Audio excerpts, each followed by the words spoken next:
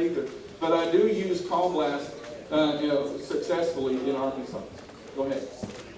All right. You gotta, Randy drives all the way from where he lives down here. You gotta go to where Bigfoot is. Sometimes Bigfoot's a little bit closer to home than you think. This guy's getting ready to go out. He goes, after years of searching the mountains for Bigfoot, he finally found them living in the trailer next to his. And so look towards home. Look around your home and see if there's sightings around there first. All right? And call blast equipment. I love this one. I love drawing this one because even in the rearview mirror you can see that it's surrounding the truck. And he goes, okay, we called them, now what? You got to have a plan, a contingency plan for whatever you do. If you're going to set bait out and something takes the bait, what are you going to do? If you've got a camera trap and you make good pictures of one, what are you going to do? If you're going to call them and they do actually come in, what are you going to do? Have that contingency plan as a researcher. All right? I like the tent camp. I think you hear a lot more and you can get closer to nature that way. And Bigfoot is right in the middle of them there. And it says his hunch was right. It was warmer in the tent. And I've never had one try to get in the tent with me. But that would be an experience. All right. Evidence comes in all different shapes and sizes. Everybody says, well, why haven't we found a skeleton? Where are the dead Sasquatch? I think people have found bones. I think people have dug up in years past and there's a 7-foot skeleton that they found or an 8-foot skeleton of an Indian. Some people in years past have written, we found a giant Indian. There's most animals, wild animals and our domestic pets, if they're sick, if they become ill, if they think they're going to die, what do? They go off, don't they? They disappear. They go off where they're safe or secluded. And I think Bigfoot probably does that too. That's maybe one of the reasons we don't find. Maybe they bury their dead. Who knows? Maybe they eat their dead. Who knows? We just don't know. But this guy has found the evidence of a lifetime right here. It says, little did she realize her husband had made the scientific find of the century into an ugly table lamp. And here's a Bigfoot skeleton made into a table lamp. And she's thinking, man, I can't wait to take this out and bury it. Get rid of it. Scientific find of the century. Go ahead. Researchers do a lot of crazy things, and they like to go out in the woods where they can't see. They make themselves vulnerable to get out to where Bigfoot is. And Bigfoot's writing his own field notes here. It says, field note, the researchers continue to stand in the cold and dark knowing they can't see a thing. Morons.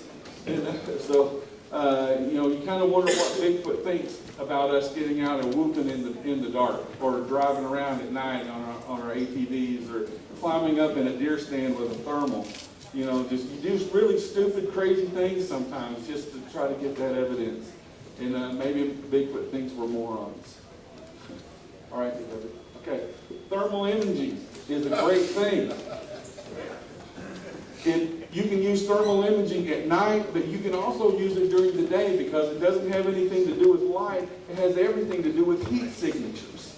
And so I could shoot you here, and every person sitting in a chair would be lit up as a heat signature. The cold chairs wouldn't. And so you could even research with it during the day as well at night. But I don't think Bigfoot counts on thermal imaging sometimes. There you go. Okay. Mental Sasquatch alert. I don't know if you've ever been close to a Bigfoot before. I would hope that my Sasquatch alert, my hair would rise up on my neck and my arms, and I would know something was about.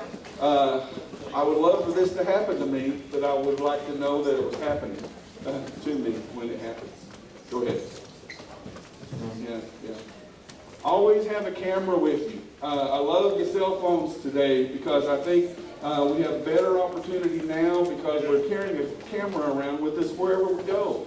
We have that opportunity to take pictures. Make sure you've got batteries or it's charged. I said, this is a bad time for low batteries. I don't really know a Bigfoot ride moose, but that would be one way cool picture, wouldn't it?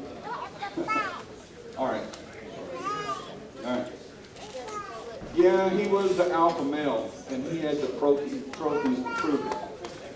He has the trophy for the loudest call and the best rock thrower and the worst stink and the best dog chiller.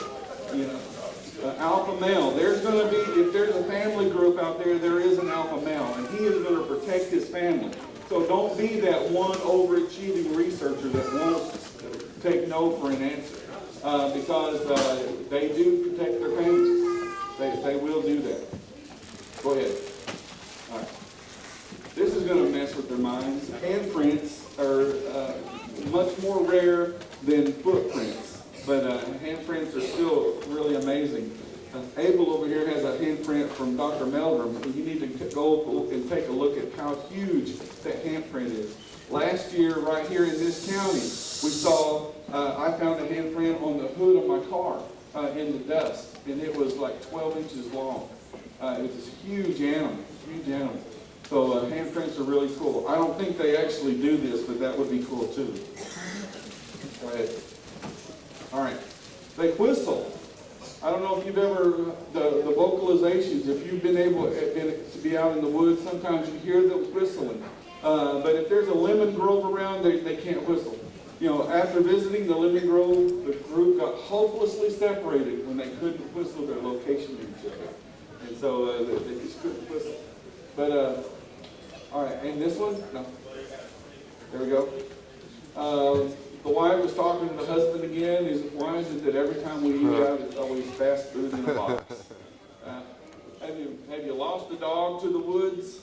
It may have been fast food in a box. You just never know. I think Bigfoot preys upon the wild animals that are out there, the possum and the raccoon and the snakes and the frogs and the deer. I think they're out there. I think they eat roots and they eat berries and they eat tree parts and they eat different things that way. But I also think that they eat the farmer's crops. I think that they will eat the domestic animals that they find.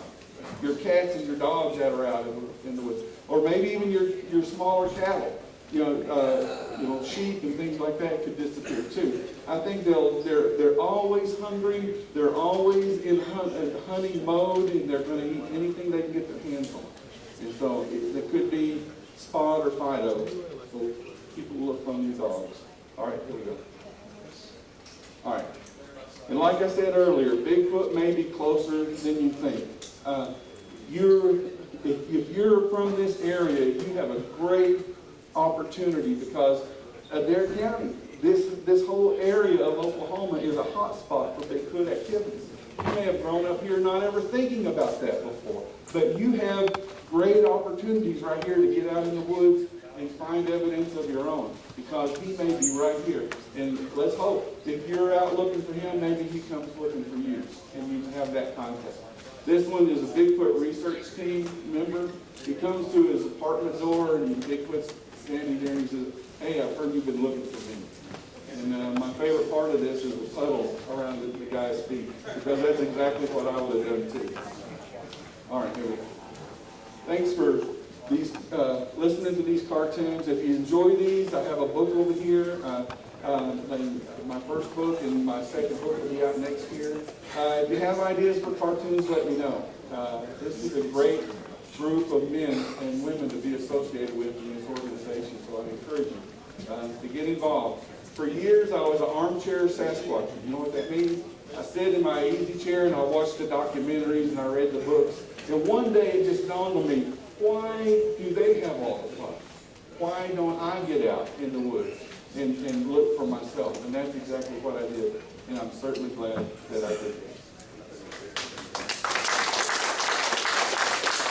Thank you, Robert.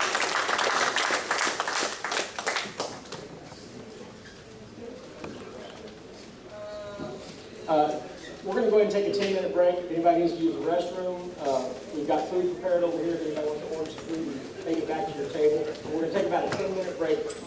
Stretch your legs, take a break, and we're going to immediately get right back into our speaker.